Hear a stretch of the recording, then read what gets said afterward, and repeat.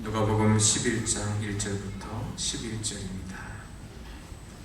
제가 가진 성경은 111페이지에 있습니다. 예수께서 한 곳에서 기도하시고 마치심에 제자 중 하나가 여짜오되 주여, 요한이 자기 제자들에게 기도를 가르친 것과 같이 우리에게도 가르쳐 주옵소서.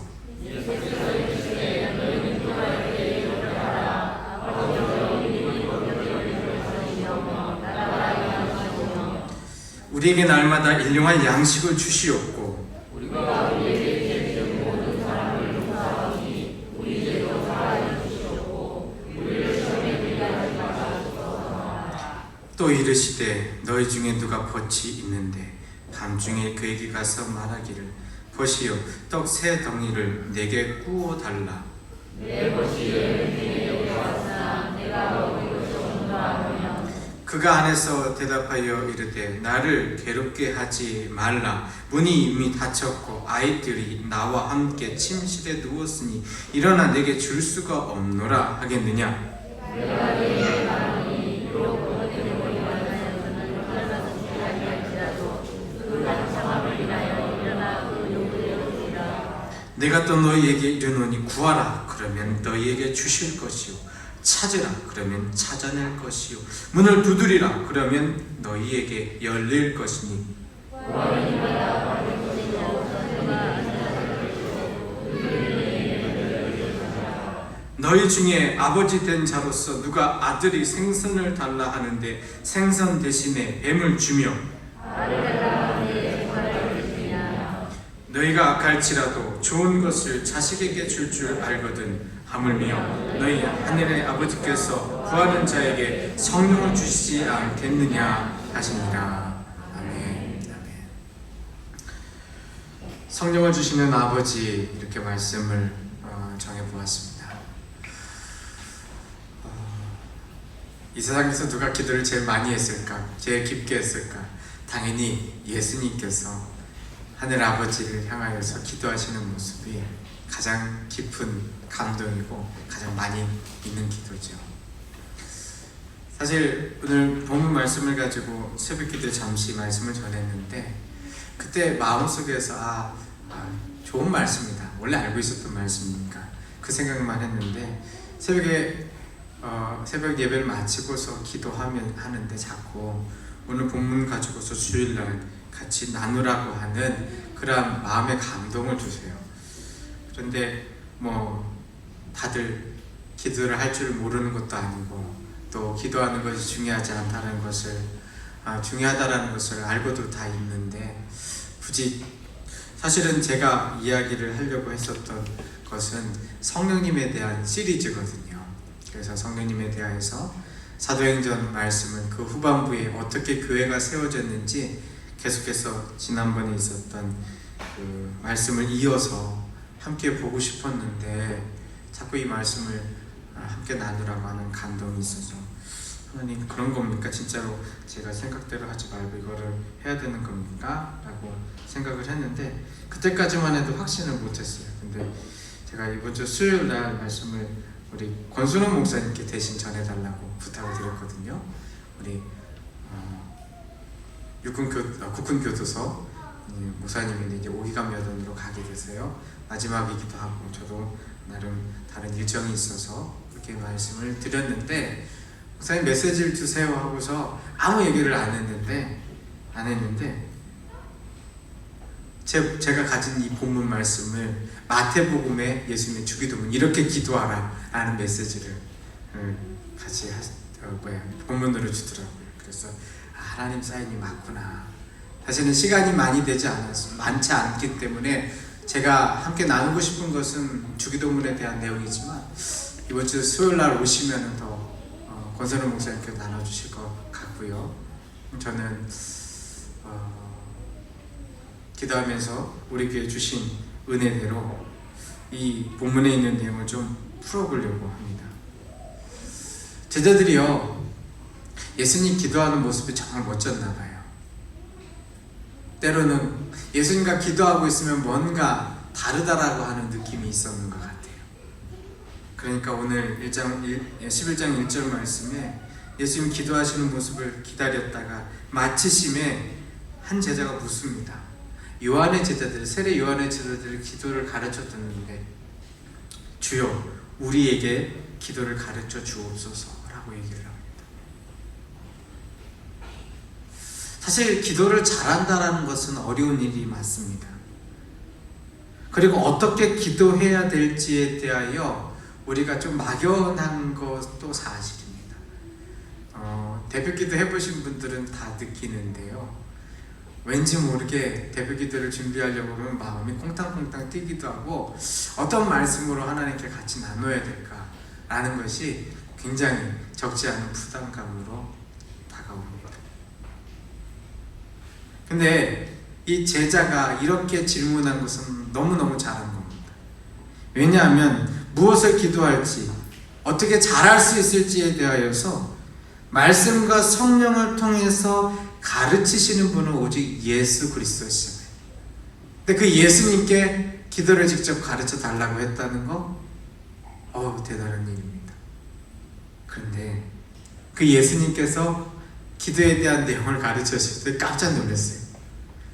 왜냐하면 예수님은 워낙 말씀이 깊고 또 여러 가지 일들을 하시기 때문에 될 수 있으면 반복은 안 하시는 줄 알았거든요. 그런데 제자들에게 뿐만 아니고 많은 사람들에게 가르쳐준 산상수훈, 곧 가브나움의 한 언덕에서 수많은 사람들에게 너희는 이렇게 기도하라 라고 하면서 하셨던 그 주기도문을 똑같은 어구가 아닌 조금 더 자연스러운 어구로 다시 예수님께서 말씀하시는 거예요. 어쩌면 이렇게 얘기하고 싶어지는데 예수님 저번에 그 말씀 하셨잖아요. 마태복음 6장에 있는 주기도문과 오늘 누가복음 11장에 있는 주기도문은 같은 시간이 아닙니다. 왜냐하면 마태복음 6장에 있는 주기도문은 주제를 따라 장소를 쫓아서 마태가 편집한 내용입니다. 그런데 오늘 누가복음에 있는 이 기도는 대부분의 누가복음의 말씀의 구성 자체가 그렇습니다. 누가가 의사였고요, 헬라 사람이었습니다. 헬라 사람들에게 중요한 것 중에 하나가 시간입니다. 우리들처럼.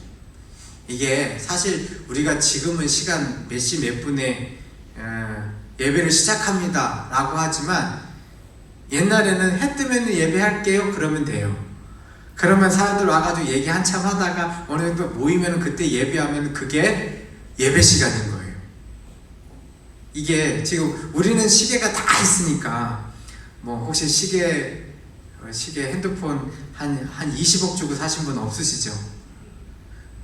그러니까 우리가 시간에 매여가지고 살기는 하는데 사실 그래서 이 신약에 있는 저자들의 모습 속에서 시간이라고 하는 개념이 크게 중요하지 않거든요. 그런데 의사 누가는 좀 다릅니다. 이 헬라 사람들의 사고의 특성 자체가 과거, 현재, 미래에 대하여 명확하게 구분을 해요. 참고적으로 히브리어는요, 과거, 현재, 미래가 있는 것이 아니라 됐다, 안 됐다, 완료가 됐다, 완료가 되지 않았다, 딱 이렇게 두 가지. 이해되세요? 그래서 말을 한 것은 된 거예요. 말이 되었다라고 하면 그 말은 무조건 된 겁니다. 이게 어떻게 성경에서 쓰여지냐면 예수님께서 십자가형을 언도받습니다. 사형에 처하노라. 그 장소가 어디냐고 하면 모리아산, 아라운나의 타작마장, 곧 다윗이 성전을 지켜야 해 기도하고 솔로몬이 지었던 그 장소, 그리고 나서 오늘 성경의 예수님 때에는 헤롯이 성전을 지은 바로 그곳, 제가 말씀드린 것이 다 시대를 건너뛰어서 같은 장소를 가리키고 있습니다. 그 같은 장소에서 예수님을 향하여 사형에 처하노라, 십자가형에 처하노라 라고 얘기하는 그 순간 비록 육신은 살아있고 사람들은 죽은 사람이 아닌 산 예수님을 보고 있지만 성경의 기록의 저자의 생각과 느낌은 예수님은 죽음을 당하신 겁니다. 바로 그 자리에서. 단지 그 형만 죽음을 당한 그 성전에서 시간이 지나, 그러니까 그 대제사장들이 그 십자가를 내리기로 마음을 먹고 그 자리에 있었던 그 사건이 이제 로마의 빌라도에게 넘겨져서 확실하게 실행 절차로서 판결문이 나오고, 그 판결문으로서 골고다 언덕에서 십자가에 달려 돌아가서 진짜 죽음을 당하셨던 것이 뿐, 실제 죽음의 장소는 그 제사장 가야바가 죽음을 언도하였던 그곳, 그 성전의 자리가 실질적으로 예수님의 죽음의 자리라고 유대의 사고는 생각을 하고 있습니다. 어찌됐든 이 누가는요, 제가 어느 날 한시에 예수님에게 기도를 가르쳐 달라고 하는 그 제자의 목소리, 근데 그 제자가 누구인지는 오늘 성경이 안 가르쳐줘요. 별로 필요가 없는 거죠. 우리가 알 필요가. 그렇게 생각하시면 됩니다. 이게 누구지? 라고 뭐 생각을 안 하셔도 상관없어요. 혹시 또 모르죠. 찾다 보면 하나님께서 지혜로 다른 성경 말씀을 통하여 알게 하실지도. 근데 일단은 학자들은 몰라요. 근데 그 제자가 이야기했을 때 예수님께서는 리바이벌을 하세요. 반복을 하세요. 그 말은 뭐냐면, 이렇게만 기도하면, 이렇게 기도하는 것이 진짜 하나님이 원하시는 기도고 실질적으로 예수님이 뭐라고 기도하셨는지를 우리에게 가르쳐 주시는 거죠. 자, 주여 우리에게 기도를 가르쳐 주옵소서라고 얘기하는 것은 우리 스펄전 목사님을 통하여서 여러 가지 이런 말로 바뀌어서 설명을 합니다. 먼저, 주여 기도하는 것이 무엇인지 내게 가르쳐 주소서. 기도하는 것이 무엇인지 내게 가르쳐 주소서.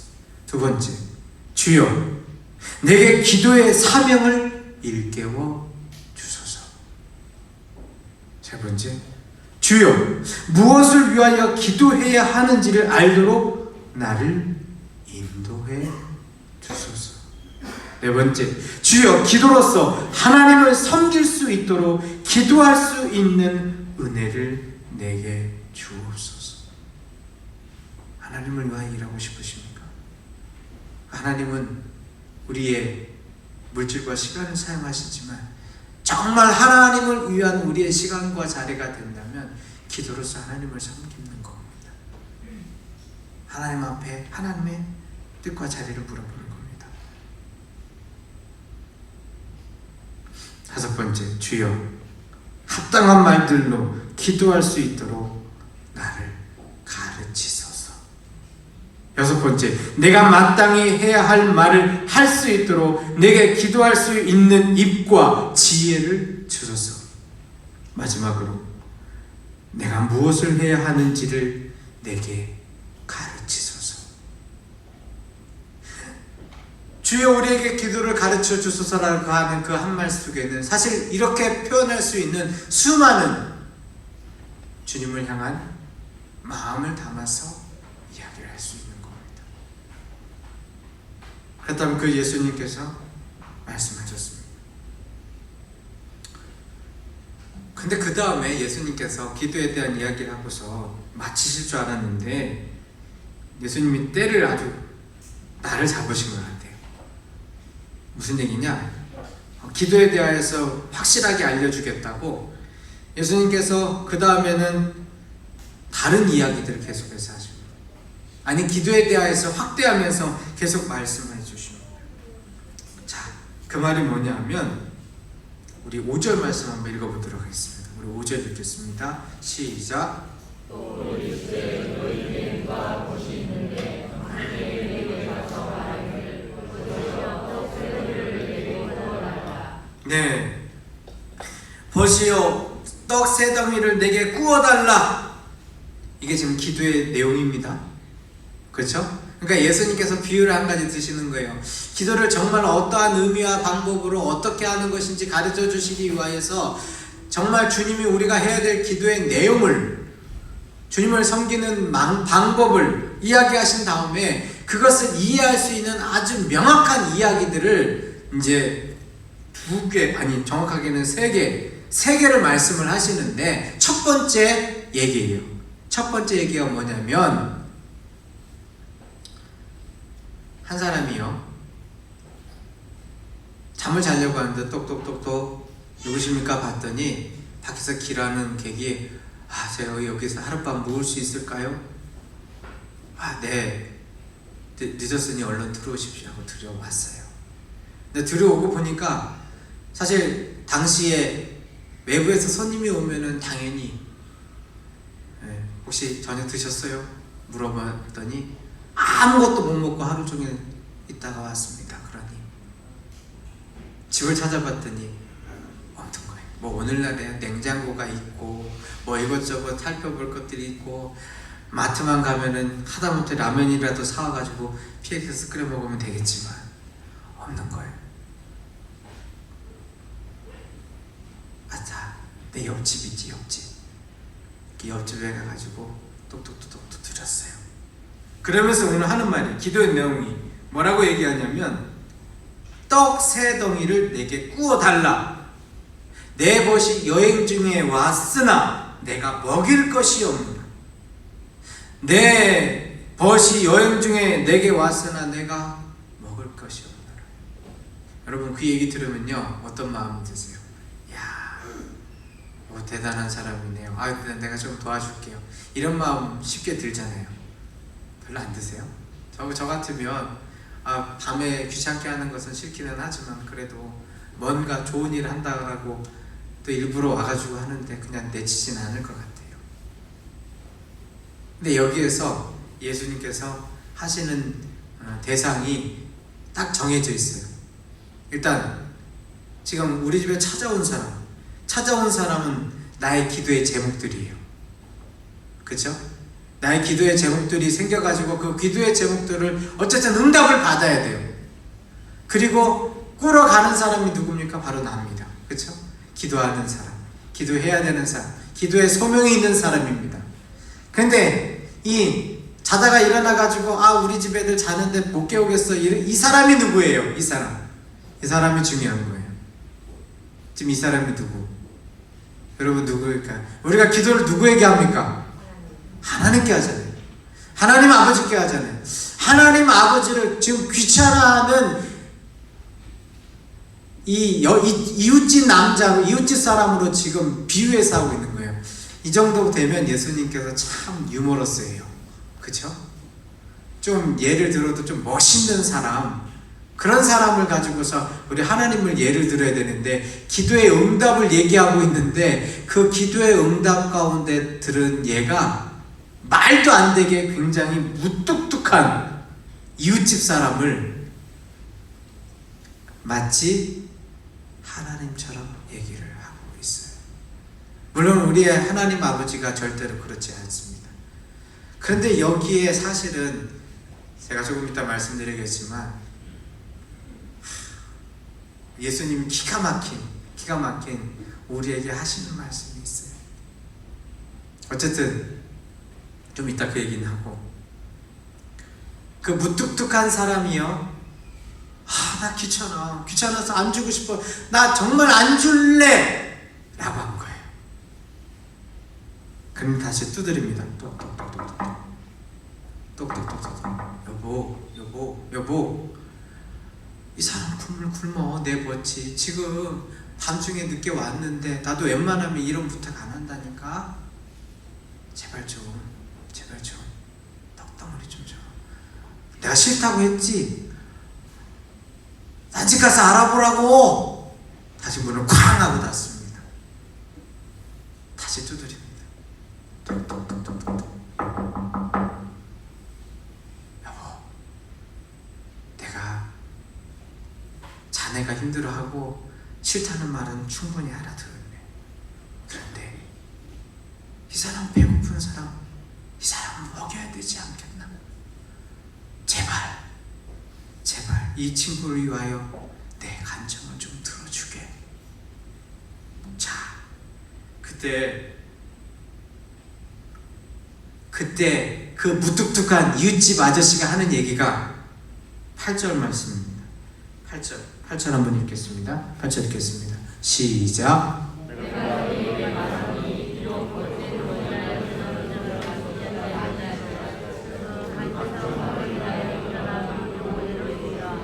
네, 요구대로 줄이라.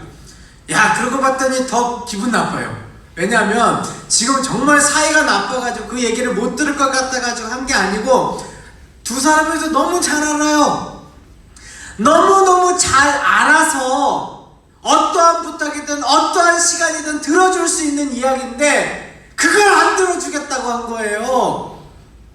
그러면서 하는 얘기가 내가 너하고 친구 사이고 그런 거 그것 때문에 너 들어주는 것이 아니라 너 하도 귀찮게 해서 너가 너무나 귀찮게 해가지고 나 지금 그래 떡 세 덩이 주마 하고 주지 않겠냐라고 예수님께서 말씀하세요.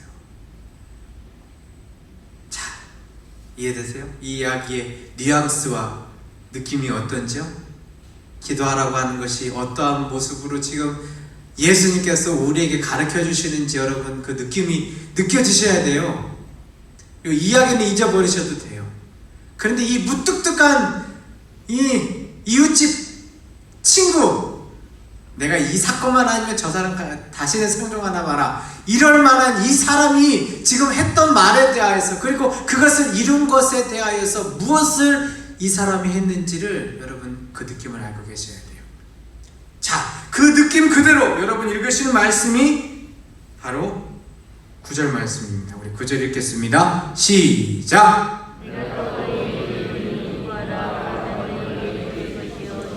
찾으라, 그러면 찾아낼 것이요. 문을 두드리라, 그러면 너희에게 열린다. 아멘. 여러분, 성경에 이렇게 말씀이 적혀 있는데 이 말씀을 가지고서도 기도하지 않으니 바보. 우리의 삶이 바보. 찾으래요, 구하래요, 두드리래요. 그러면 주님께서 찾게 하신대요, 열린대요, 얻게 하신대요, 주신대요. 누가? 하나님께서, 하늘에 계신 아버지께서 주신대요. 예수님은 사실 공간이 남고 시간이 남아서 말을 하는 것이 아니라 정말 중요한 일은 또 다시 한번 얘기를 하시는데, 그 다음 절 말씀, 9절 말씀도 대단한 말씀인데 10절 말씀도 더 대단하죠. 자, 10절 말씀 읽겠습니다. 시작.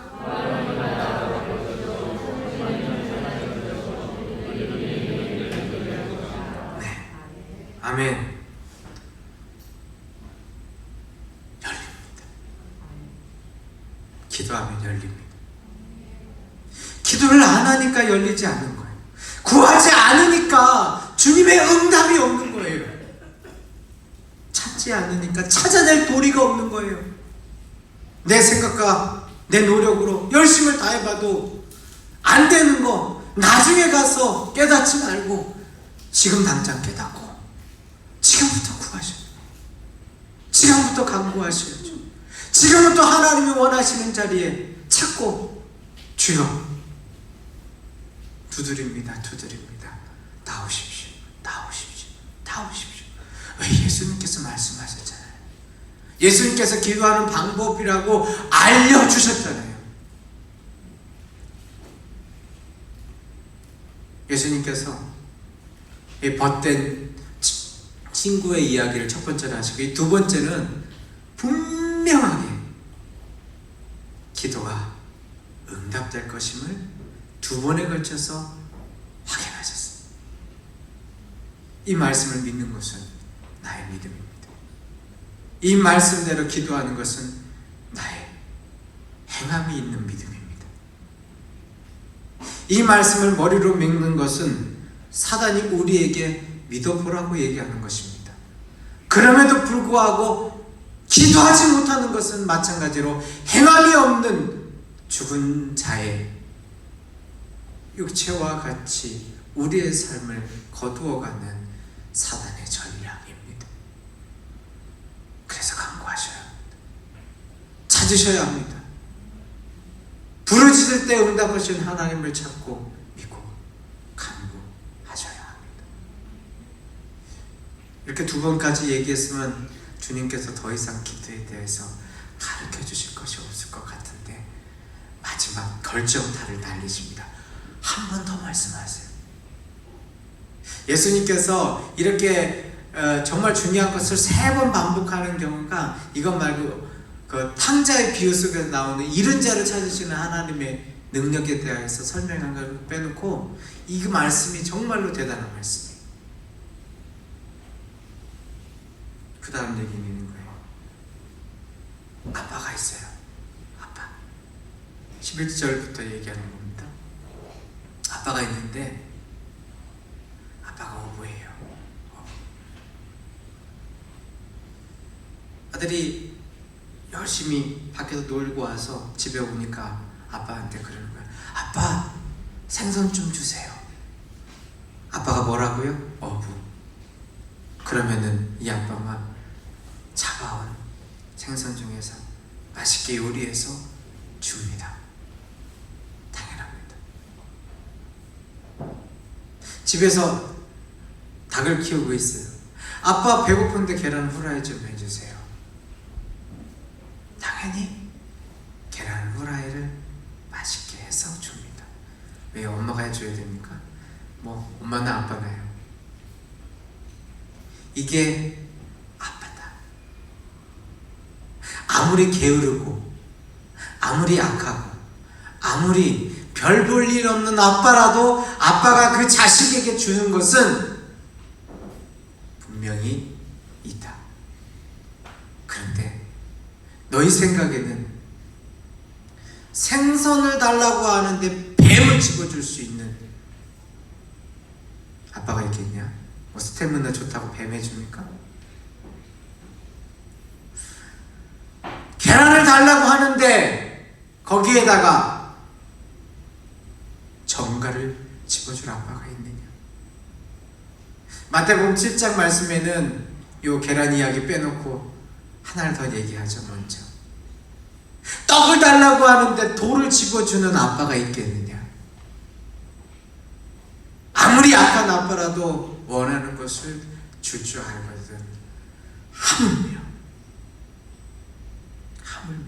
우리 13절 다시 한번 읽어보도록 하겠습니다. 시작.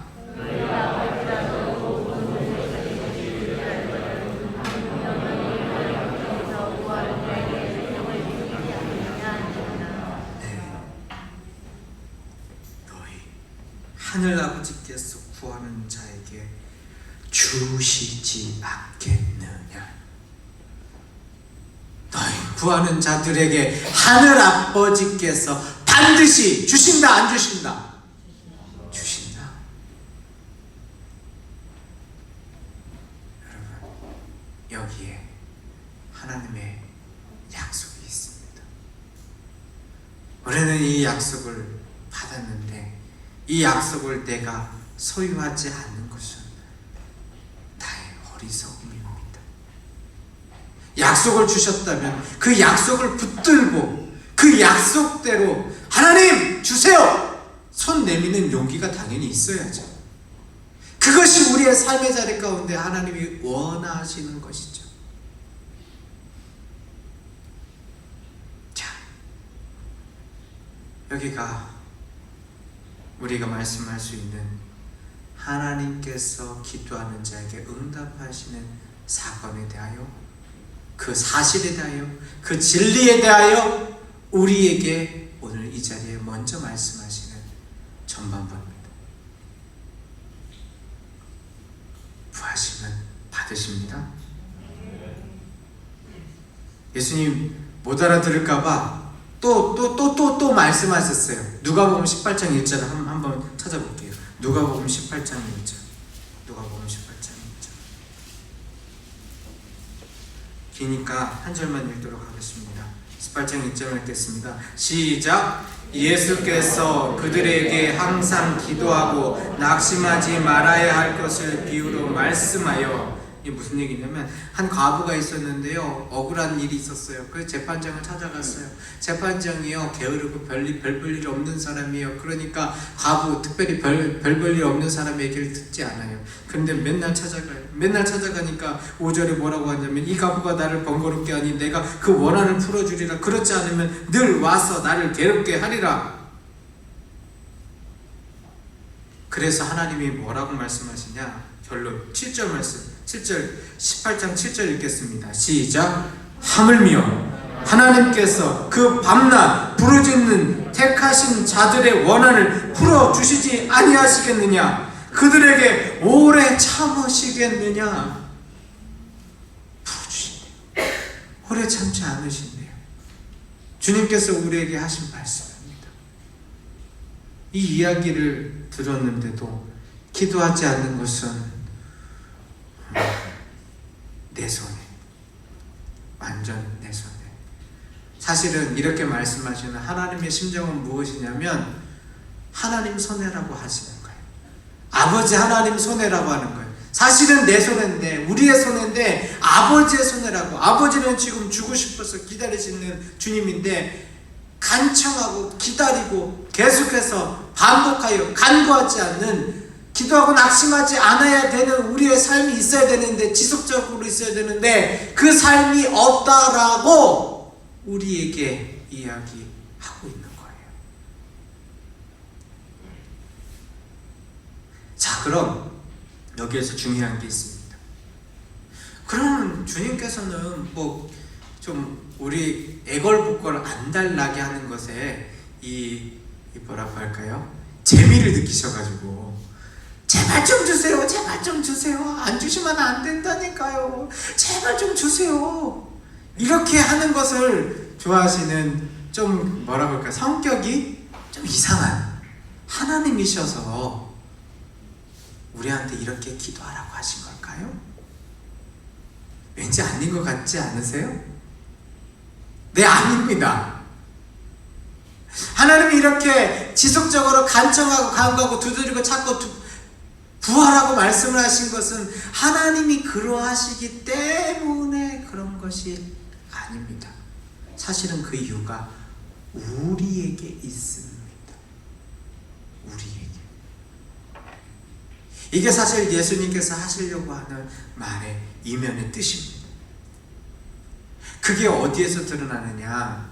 사실 마태복음 말씀 속에서는 우리가 읽은, 다시 누가복음 11장 말씀 13절 말씀으로 돌아오면, 너희가 아무리 악한 아비라도 좋은 것으로 자녀에게 줄 줄 알거든 하물며 너희 하늘 아버지께서 너희에게, 마태복음 말씀 속에서는 뭐라고 얘기하냐면은 좋은 선물을 주시지 않겠느냐라고 얘기해요.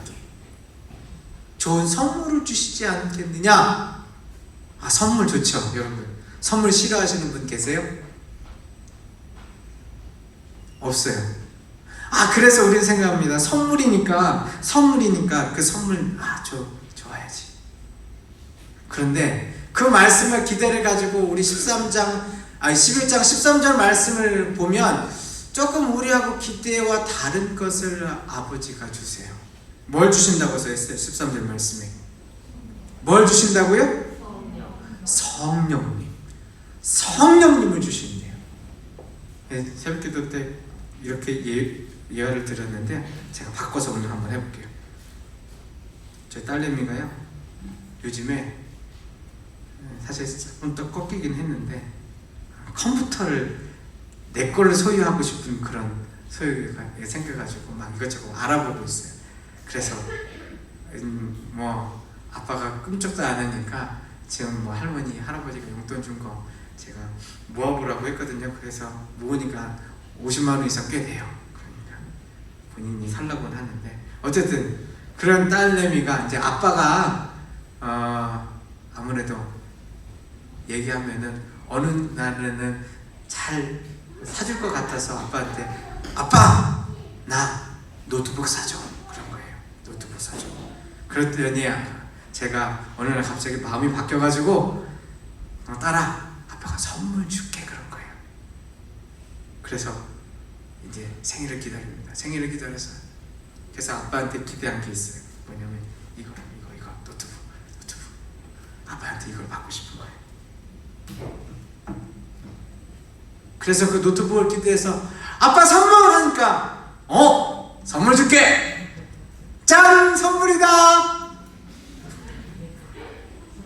노트북을 달라고 했더니 성경을 주면서 야, 이게 제일 좋은 거야.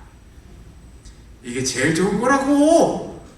딱 주는 순간 딸내미 표정이 싸하게 바뀌면서 기대한 내가 미쳤지. 이렇게 안 할 재간이 있겠냐고요. 이렇게 안 할 재간이 있겠냐고요. 아마 마음속에서 모르겠어요. 혹시 또 고단수에서 아빠 고마워 하고서 뒤에서 울면서 안 할지는 뭐 그럴 수 있을지 모르지만 마음속에서는 뭐야, 노트북을 달라고 했더니 성경을 줘? 에이 뭐야, 그럴 겁니다. 자, 이게 우리의 삶에 죄 많은 우리가 하나님 앞에 구하는 자리입니다.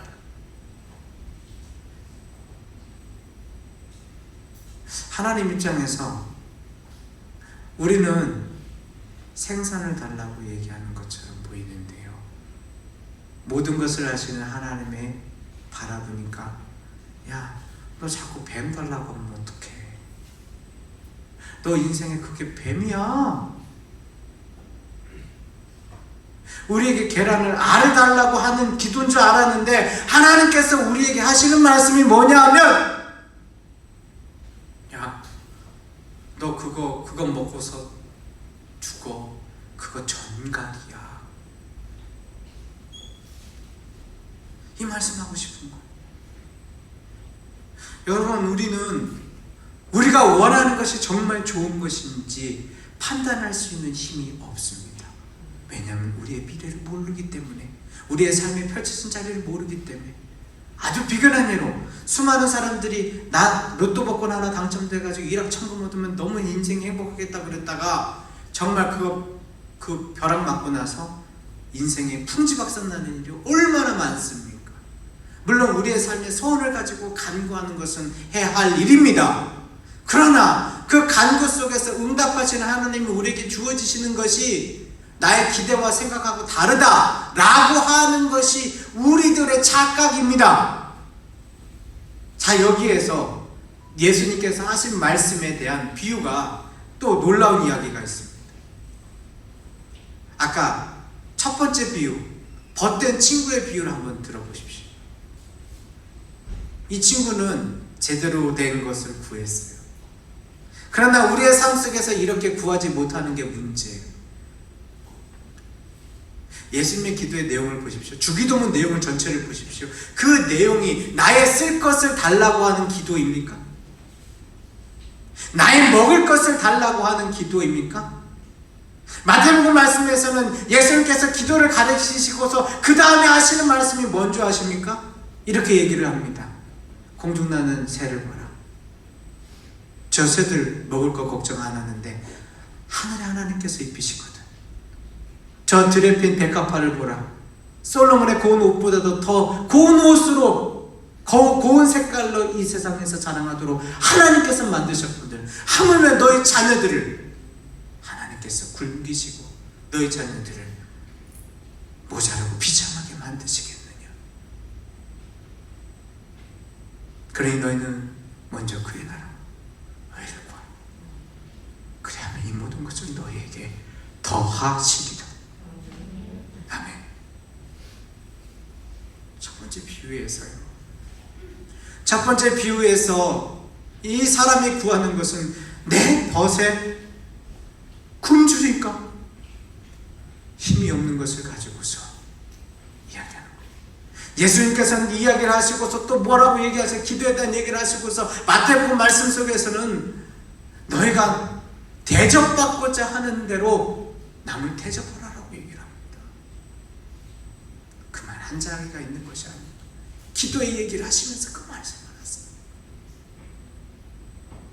결국 우리의 기도 내용 속에서 물론 신앙의 초보가 되었을 때 처음 내가 간절한 꼭 그 하나만큼은 들어주세요 하는 것이 있을 때는 그것을 가지고서 기도하는 거 하나님께서 절대로 너 주의 나라를 위해서 기도 안 하네? 패스 아니야, X 이러지는 않으십니다. 기도하면 됩니다. 하지만 진짜 우리의 기도가 무엇이 되어야 되냐면 하나님의 나라와 의를 구하여 하나님 나라가 이 땅 가운데 내려지기를, 우리의 삶의 자리 가운데 우리가 용서하지 못했던 자를 용서할 수 있게 해달라고 기도하는 겁니다. 여러분, 이 기도가 그냥 한번 말하면 그대로 내 마음이 바뀌어집니까? 물욕을, 세상의 정욕을, 안목을, 이 생에 자랑을 구했던 사람이 잠깐 하나님 앞에 기도하면 하나님 주신 마음속에서 정말 하나님이 우리에게 주시고자 하는 것으로 삶이 바뀌어집니까? 그게 안 돼요.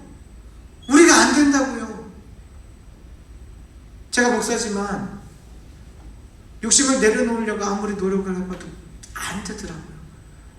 되는 순간이 있습니다. 하나님께 간절히 간구하는 기도의 시간이 계속되어질 때, 반복되어질 때, 처음에는 내가 원하는 소원을 가지고 주님 앞에 간구했지만, 내가 진정으로 필요한 소원을 가지고 주님 앞에 간구했지만, 시간이 가면서 하나님께서 말씀 속에서 내 마음의 성령으로 회개케 하시고, 그 회개하는 심령 가운데 다시금 터져나오게 하는 주님의 말씀과 생각은 죄의 거룩한 역사는 하나님 원하시는 것을 쫓아가도록 기도 가운데 역사하시고 함께 하시도록. 그래서 기도가 끈질기게 두드리고 찾아야 됩니다.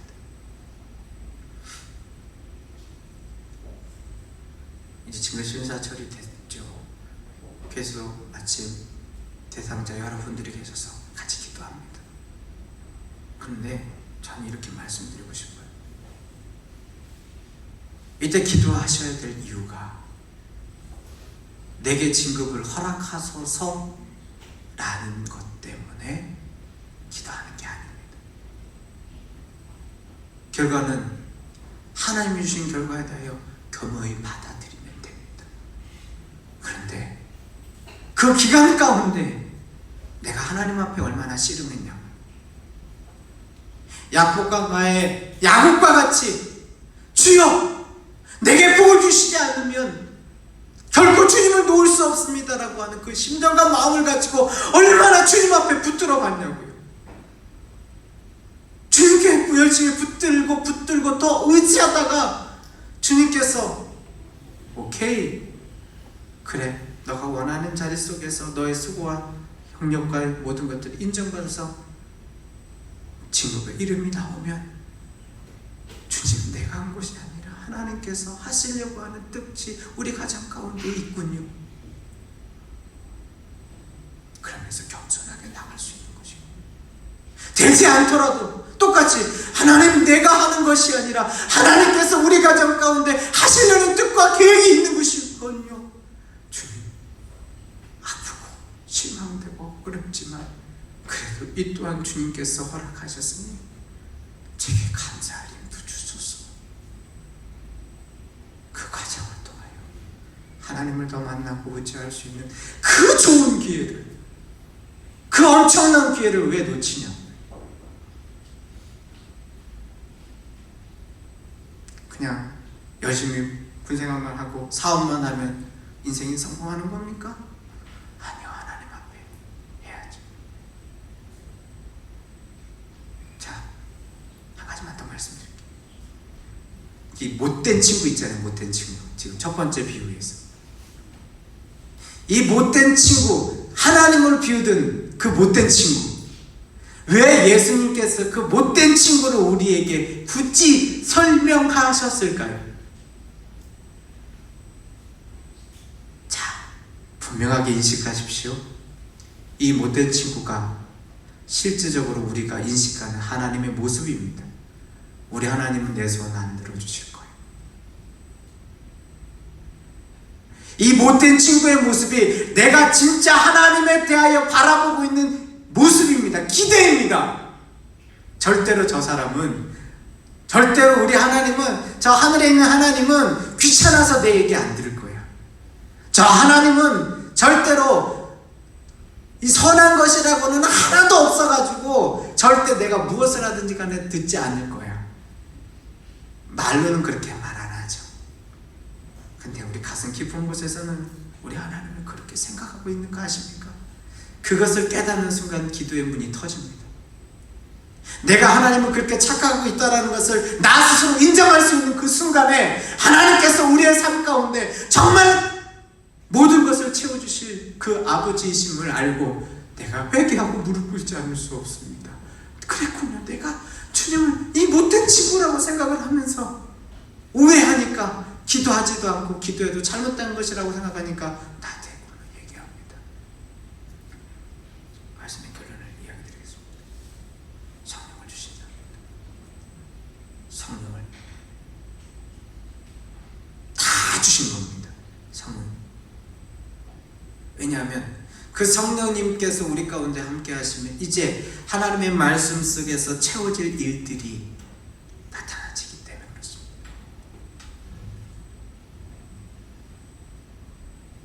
오늘 이 시간에 사모하실 것은 기도하면서 성령님입니다. 성령님, 내게 역사하여 주옵소서. 교회 기도 제목을 군성연합에서 내라고 해서 열심히 찾고 찾다가 세 가지 제목을 딱 이렇게 적어서 어젯밤에 11시에 기도하다가 올렸습니다. 첫 번째, 성령님의 임재가 가득한 교회가 되게 하여 주시옵소서. 두 번째, 우리 교회를 살릴, 그리고 군 교회를 살릴 중보 기도가 끊이지 않는 중보 기도가 세워지는 교회가 되게 하여 주시옵소서. 세 번째가 끝내줘요. 아직 열려있는 질문인데 갑자기 머릿속에 그런 생각이 나서 이렇게 기도했어요. 상승대 교회가 예수님 앞에 7가지 자랑이 있는 교회가 되게 하소서. 그게 뭔지는 몰라요. 같이 기도하시면서 함께 만들어 가셔야 되는 거예요. 아니, 하나님께서 주셔야 되는 거예요. 그러나 그렇게 기도의 제목을 주님께서 생각나게 하시고 같이 나누자라고 했을 때는 분명히 응답해 주실 줄 믿습니다. 그 7가지 자랑에 우리 이 자리에 계신 한 분 한 분이 다 있는 겁니다. 아버지께서 성령을 주신답니다. 기도하시겠습니다.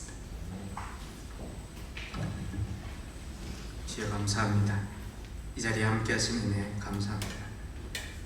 모사가 참 말이 많습니다. 그러나 주님, 그 아버지의 심정을 전하고 싶어 잠시 이야기한 것 가운데 하나님 도우시고 함께 하셔서 우리의 마음을 감동시키시며 우리의 마음을 찢어 주의 온전한 자녀의 모습으로 설 수 있도록 우리를 만지시며 간구할 우리의 심령, 깨어질 우리의 심령, 진정으로 주님 앞에 우리의 제목과 생각이 바뀌어서 주님이 원하시는 것으로 채워주실 우리의 심령으로 만드시고 기도의 부흥의 역사를 이 가운데 부어주시옵소서. 주께 감사드리오며 예수님의 이름으로 기도드립니다. 아멘. 우리 144장 부르시면서 준비하신